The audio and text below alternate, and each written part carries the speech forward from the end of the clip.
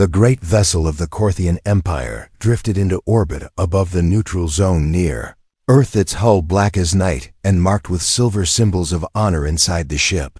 Stood Rovak, a battle-hardened warrior who had survived more wars than he could count. His tall frame covered in dark armor, his face calm and unreadable. He had never lost a fight, never shown fear, and never understood why the humans were treated with any respect among the starfaring civilizations. He had heard whispers about Earth's strange history, stories of violent battles and emotional struggles, but he never believed them. He thought humans were weak, emotional creatures who used chaos as a way of survival. They had no claws, no fangs, no advanced strength. How could they possibly be seen as dangerous to any real warrior? He had seen what real war looked like, the kind that tore planets apart and wiped out species. He had watched comrades fall in brutal silence, and never once did he tremble or question.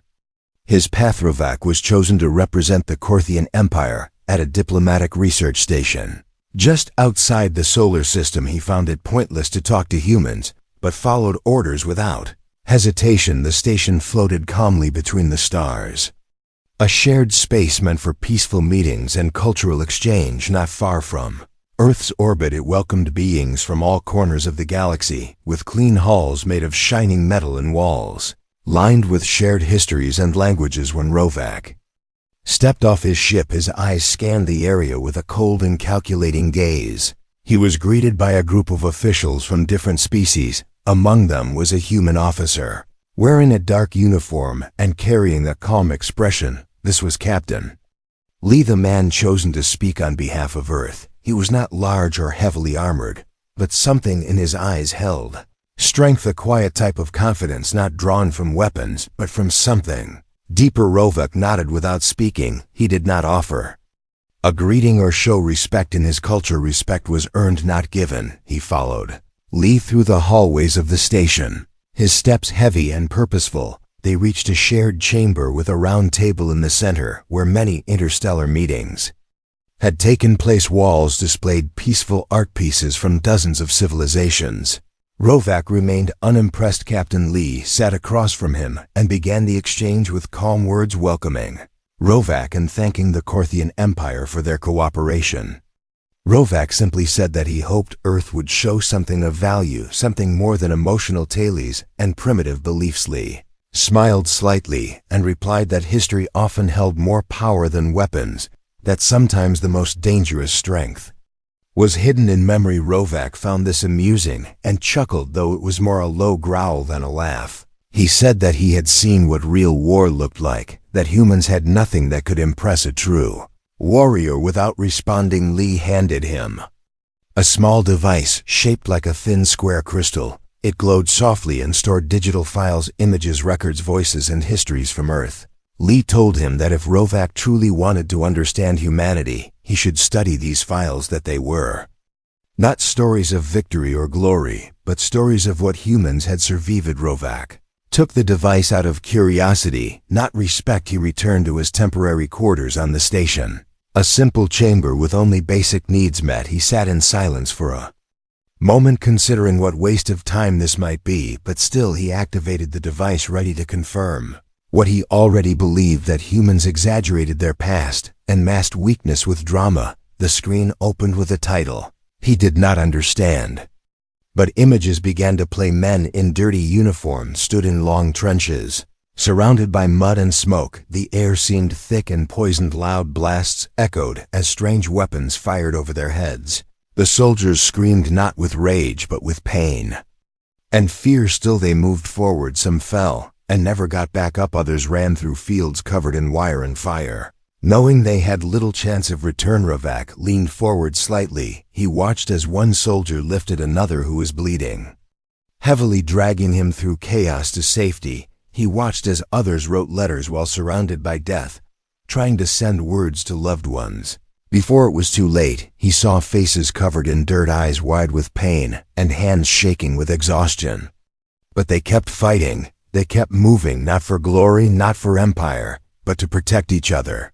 He had never seen war like this. There were no shields, no energy weapons, no tactical armor. Just humans with simple tools facing horrors they could not control, and yet refusing to give up. He watched more clips, more recordings of the same war, trench after trench, loss after loss, humans freezing, starving, bleeding, and still standing, still charging into the fire again and again for the first time. Rovak paused. He turned off the screen and stared into the wall, trying to make sense of what he had seen. This was not the madness of wild animals or the mistakes of weaklings. This was a kind of strength he did not understand, a kind of loyalty and pain he had never been taught to value. He felt a strange unease in his chest, as if something deep inside had shifted. He could not admit it, not yet. He activated the device again and prepared to watch, more determined to find weakness too. Prove to himself that what he saw was not true power he chose. The next file labeled as another great war, unaware that the darkness was only beginning to unfold. He leaned back, eyes locked on the screen, armor heavy on his shoulders, thoughts swirling. Like never before, he told himself he was just curious, that it was just research. But something within him whispered a warning that this journey would change him forever. Rovak sat alone in the silence of his room, the light from the screen glowing softly across his armor. The walls around him felt closer than before, not in size, but in weight. His mind kept returning to the images he had seen of humans, crawling through mud, screaming in agony, and still choosing to charge forward into death. It disturbed him, not because of their suffering, but because they had endured it. Without surrender, he had fought in many battles across galaxies, faced creatures that could tear through metal, watched cities fall into dust, but never had he seen a species so fragile survive something so brutal, with nothing more than willpower and loyalty. He wanted to believe it was an illusion, some clever trick or story meant to win sympathy. But the faces he had seen were not actors, they were real. Each eye held the truth of what had happened. He looked at the next file on the device, labeled simply with dates. He did not understand. He pressed play, and once again the images began, but this time they were worse, far worse. Buildings turned into ashes, skies blackened with fire, screaming children running through streets, soldiers frozen in horror as gas filled the air, and corpses piled in silent rows, without ceremony, without dignity. Rovak did not blink. He watched as one group of humans forced another into camps filled with suffering, not for resources or land, but out of hatred, something deeper and darker than he had known. He saw guards walking past dying people, as if they were not even alive anymore. He saw experiments on the helpless, and mothers clutching children in cold, silent terror. Then came a blast unlike anything Rovak had seen, a light that consumed cities, followed by a cloud rising into the sky, not natural, not controlled, a weapon created to end everything within moments. The screen showed a city that had once been alive, now burned into shadow, streets melted, buildings gone, people erased in seconds. Yet even in this horror, the humans continued to move forward, some helping others, some documenting the nightmare with shaking hands, still trying to understand what had been done. Rovak turned off the device again. His fingers pressed tightly together. His chest felt tight, though he did not know why. He stood up and paced the room, trying to release the pressure in his mind, but the images followed him, the cries, the fire, the empty eyes. He had always believed pain was weakness, yet these humans had lived through pain so deep that it left scars, not just on bodies but on the soul. He remembered standing in the blood fields of Talner, watching as his fellow Korthians cut down rebels without mercy. He remembered feeling pride in how clean and precise their strategy had been, but now that memory felt distant, almost empty, because he had never fought for survival. Not like this, not as the humans had. His mind burned with confusion. How could a race so fragile create such destruction, and yet show such care? He played another file, this time from a jungle thick with heat and fear, soldiers moving through trees, unsure if the next step would be their last. The enemy invisible, the air filled with traps, yet the humans kept moving, their faces tired, their bodies broken, but their eyes focused. They did not fight for conquest, they fought to protect someone else. To reach a helicopter, to pull out a wounded friend, to hold a line long enough for others to escape in. The background, a young human voice whispered words into a recorder. His message was not to leaders or history, but to his mother, telling her he Was scared, but proud that he was doing what he had to do, that he hoped he would see her again. Rovak felt something shift inside, a deep heaviness. He had no word for it. Was not fear, it was not shame, but something older, maybe even sacred. He sat down. Again, slower this time. The room felt colder, now the screen still glowing in front of him, waiting to reveal more. But Rovak needed to breathe, not because of oxygen, but because his thoughts had started to shake. He looked at his hands, strong, powerful. Trained to kill, yet now they trembled. With something unfamiliar, the door to his chamber buzzed softly and opened with a quiet sound. Captain Lee stepped inside, holding a small device in his hand. He looked at Rovak without speaking at first, his eyes calm but not cold. He walked over and placed the device on the table, then stepped back, giving space, not invading. Rovak's thoughts. Rovak looked at him and spoke slowly, his voice low. He asked, "Why do your people record this pain? Why not bury it, hide it, forget it?" Lee answered, "Because forgetting means repeating, and because those who suffered deserve to be remembered, even if it hurts, even if it haunts us. We remember, so we stay human." Rovak looked down at the screen, then back at the human standing across from him, and for the first time he did not see a weaker being. He saw something else, something he could not yet define. Lee nodded once, then turned and walked out of the room, leaving Rovak with his questions. The warrior sat for a long time, the screen still glowing, the room still silent, his heart now carrying a weight he had never known before, not from loss or fear, but from truth, the kind of truth that breaks down pride and replaces it with understanding, not all at once, but slowly, piece by piece, until you no longer know where your old self ends and the new one begins. He looked once more at the next file, hesitated, then pressed play. The images came again, but now Rovak did not look away, because now he understood that to know humans truly, he had to witness not just their strength, but the cost of that strength, the endless scars they carried, not as weakness, but as proof that even in the darkest places they chose to survive. Rovak no longer looked at the screen as a tool for curiosity. Now he looked at it as a mirror, showing him something he had never been told, something his people had never imagined, something that tore through his thoughts like fire through dry grass. He sat in silence, not because he had nothing to say, but because words could no longer carry the weight he now felt within his chest.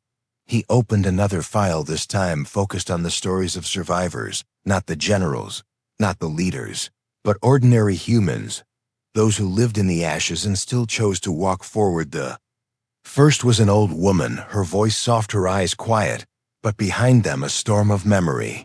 She spoke of a camp with fences made of cold metal and guards who wore blank faces. She had lost everyone. Her parents, her brother, even her name almost vanished.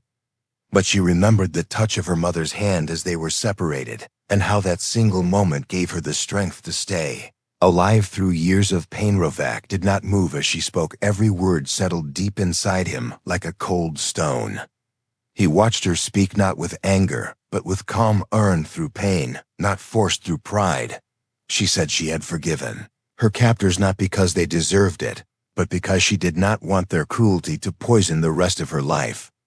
Rovak could not understand how forgiveness could grow from such horror. He had never been taught that kind of strength. The screen changed. Now it showed a young man walking on artificial legs, his real ones lost in a desert war. He smiled as he spoke, not out of joy, but out of honor. He told the story of how he had carried a wounded friend across a minefield, knowing every step could be his last.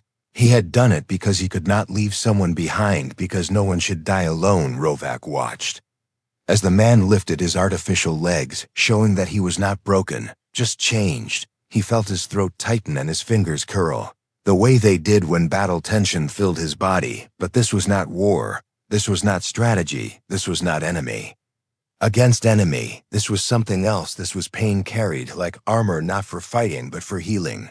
Then came the story of the child, a small boy who had lived in a city under constant fire. His house gone, his parents lost. His voice now quiet but steady. He spoke of hiding in ruins, eating scraps and listening for footsteps that could mean death or safety. He had trusted no one until a soldier in a battered uniform pulled him from the rubble, and gave him water and food and a smile that said everything would be okay. That moment had stayed with him, and now he had grown older, strong enough to tell his story, not to complain, but to remind others that kindness mattered even. In hell, Rovak sat frozen, every part of him caught between disbelief and understanding. The world he had known, the world of honor, through domination, through victory, through silence, was falling apart inside him like glass struck by a hammer, not shattered in one blow, but cracking slowly, piece by piece. He looked down at his hands and remembered all the medals, all the praise, all the blood that had washed over them. He had been proud of every victory, proud of how many enemies had fallen by his blade, but now he saw that victory meant nothing if it left only silence behind. These humans had been through wars worse than anything his people had faced, and still they did not become monsters. They became something stronger, something deeper. He stood up and walked to the small window in the chamber. Stars stretched across the void, endless and silent, but now he felt that silence in a new way, not as peace, but as a question. He asked himself, what makes a species truly strong? Is it the power to destroy, or the power to rebuild? Is it the ability to conquer, or the ability to remember and still choose compassion? He turned from the window and looked again at the screen. A new file waited, one labeled not with war, but with healing stories of medics on battlefields, humans who ran into fire not to fight but to save, voices speaking of carrying enemies to safety because life mattered more than orders. Images of hands shaking as they stitched wounds, eyes filled with fear, but refusing to turn away. Rovak had never seen this in his own kind. In his culture, weakness was hidden, pain was buried. But here it was shared, made visible, given value, not to gain pity, but to stay real, to stay human. And the more he watched, the more he saw the truth, that humans were not strong because they were fearless. They were strong because they felt everything and kept moving forward anyway. The door opened again quietly. This time Rovak did not turn. He knew it was Captain Lee. The human stepped forward slowly and stood beside him. Neither spoke for a while, the silence now full of meaning, not emptiness. Rovak finally said, I thought your people were weak. Lee replied, we are, but we are also strong because we choose to feel even when it breaks. Rovak nodded once, not out of agreement, but out of respect, a kind of respect he had never given. Before he said, I used to believe pain was something to avoid. Now I see it as something to carry and survive. Lee placed a hand on the table and said, survival alone is not enough. Remembering matters.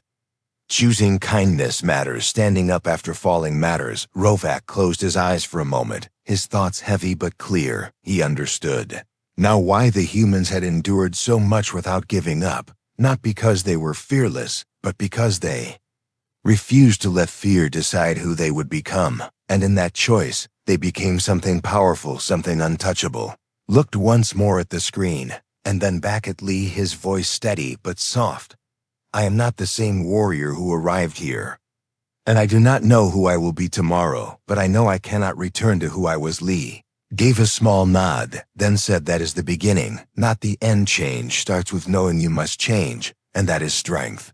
Rovak stayed in the chamber long after Lee left, the stars outside still shining, the screen still glowing, and within him, something new growing, not pride, not shame, but understanding, the kind that burns away illusion and leaves only truth behind. Rovak walked through the silent halls of the neutral station, each step slow, each breath heavy. Something inside him had shifted in a way he could not explain. It was not weakness, but something deeper, a change that touched the core of who he thought he was. His armor still covered his body, but it no longer felt like protection. It felt like weight, like a symbol of a past he no longer trusted. Moved toward the observation deck where the stars stretched far and endless like a sea, without borders, the glow of Earth visible in the distance, small yet full of meaning. He had once thought that planet held nothing of value, just noise and chaos and emotion.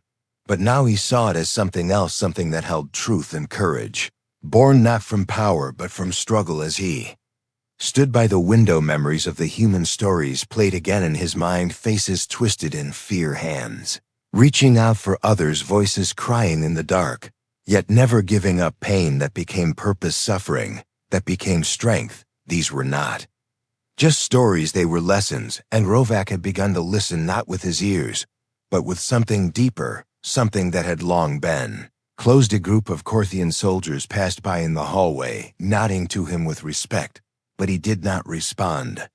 His thoughts too far away from the customs he once followed, he remembered how pride had always ruled his kind, how emotions were hidden and silence was praised.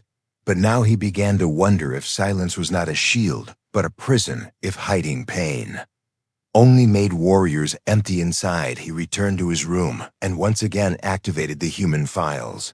This time the topic was not war, but the aftermath, the healing, the rebuilding. The scars that never faded yet were worn like medals, not of victory, but of survival. The screen showed cities turned to dust, slowly rising again by the hands of those who had lost everything. People planting trees where bombs had fallen, children laughing in the same streets where fear once lived. He watched as human doctors treated enemies without hate, how artists painted their grief on walls, how families who had lost loved ones opened homes to strangers, not for reward, but because they believed that kindness was stronger than revenge.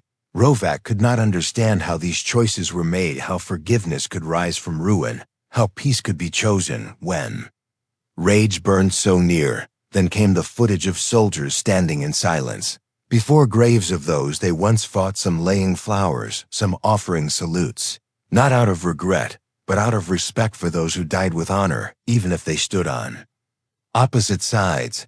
This idea was foreign to Rovak in his world. An enemy was erased, forgotten, never honored. Yet here, he saw something else, a belief that even in conflict, humanity remained. Rovak placed his hands on the table and leaned forward, eyes locked on the screen, his breath slow, his thoughts heavy.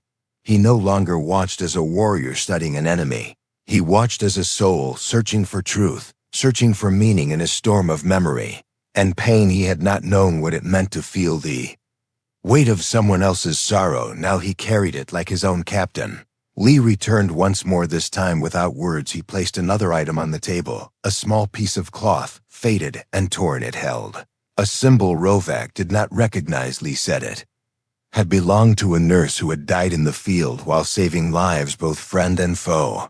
She had no weapon, only her hands and her will, and she had run into fire to pull wounded from death. Rovak picked up the cloth, held it gently, and said nothing.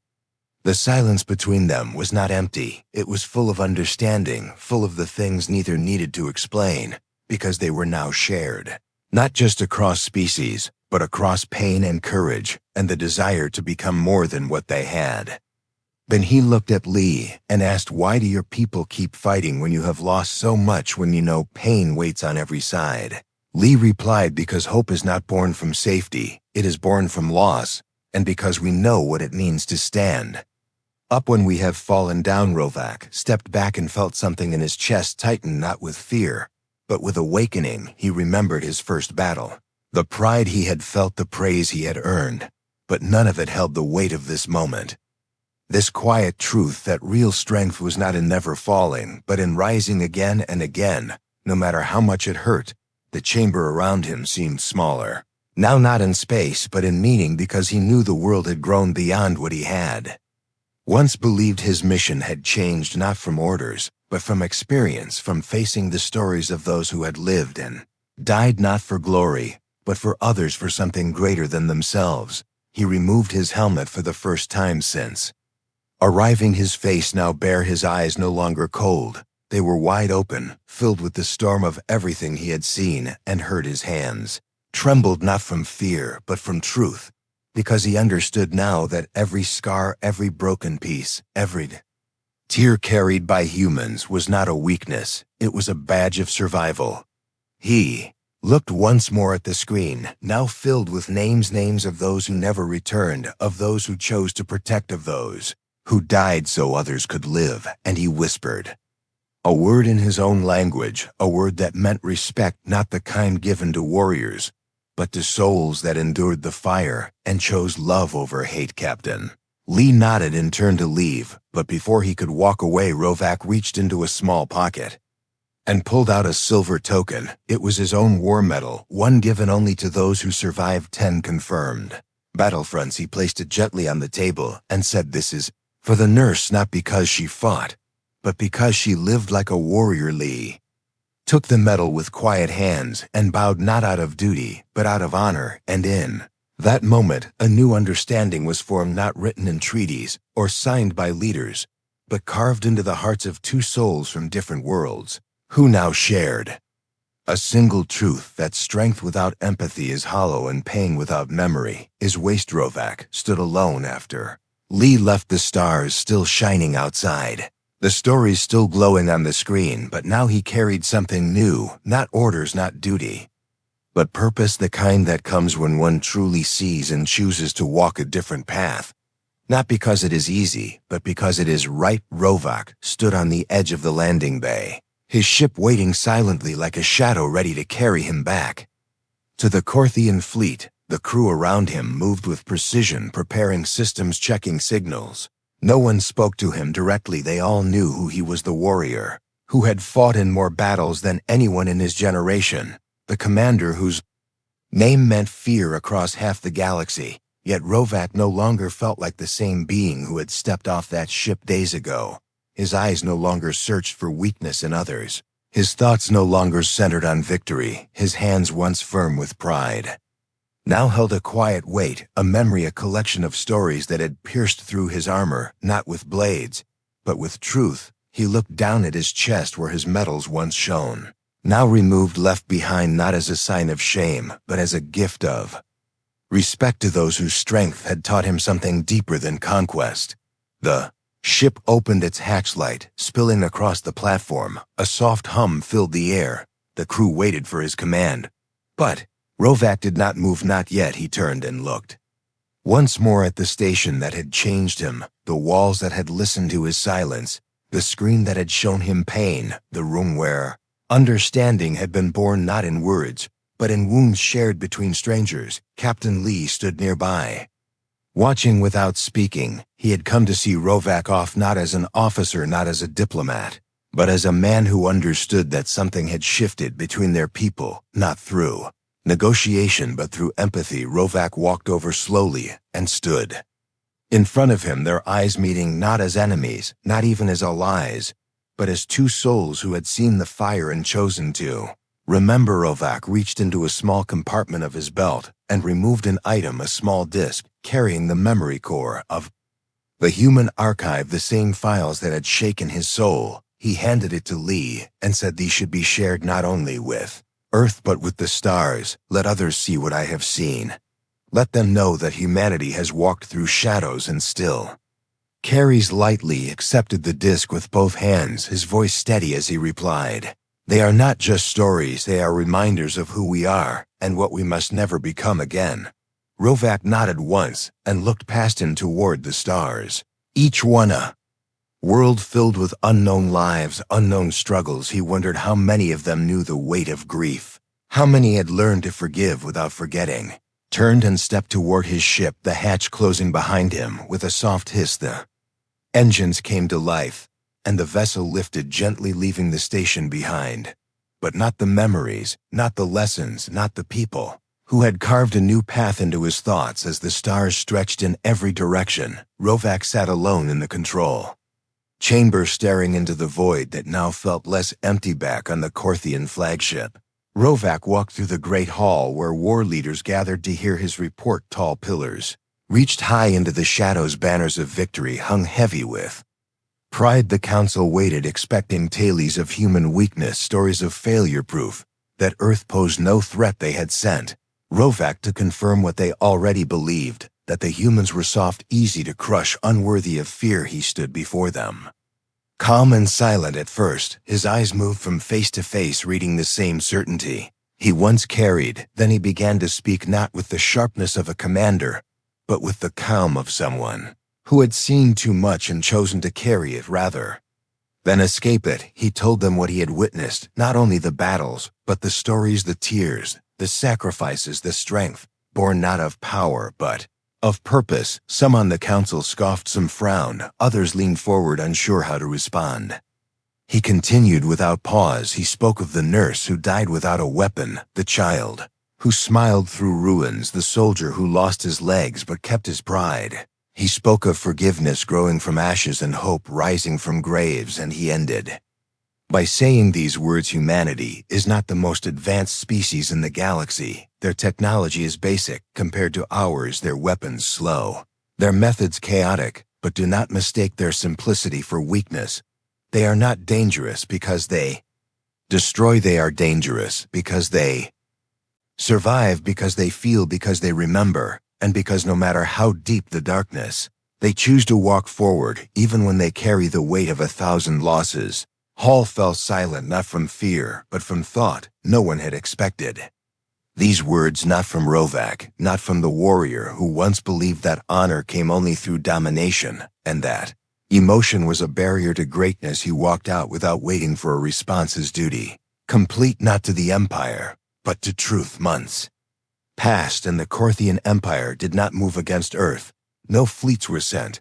No plans made. A quiet respect began to grow among the stars, carried by those who heard Rovak's words and dared to believe them. Humans remained unaware of how close they had come to war, how their past had saved them, how their pain had become their shield. Rovak did not return to command. He traveled instead from system to system, speaking not as a general but as a witness. He shared the stories with those who would listen, not to gain favor, but to plant understanding. He spoke to young warriors who had never tasted loss, to old leaders who had forgotten the cost of pride. He carried the human stories like seeds, placing them in the minds of those who still believed that power was enough. One day on a quiet moon, far from any war, Rovak sat beside a small fire with a group of children listening wide-eyed to his voice. He told them not of battles, but of a boy who had laughed in a ruined city, of a woman who had forgiven her enemies, of a soldier who gave his life for someone he had never met.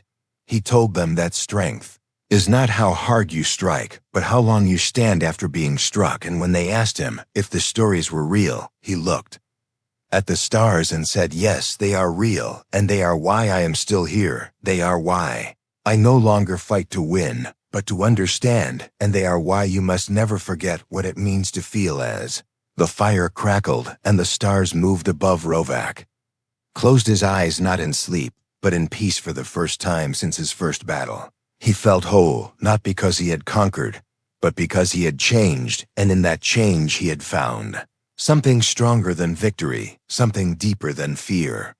He had found a truth carried by a species who had walked through darkness and still chosen light. The end.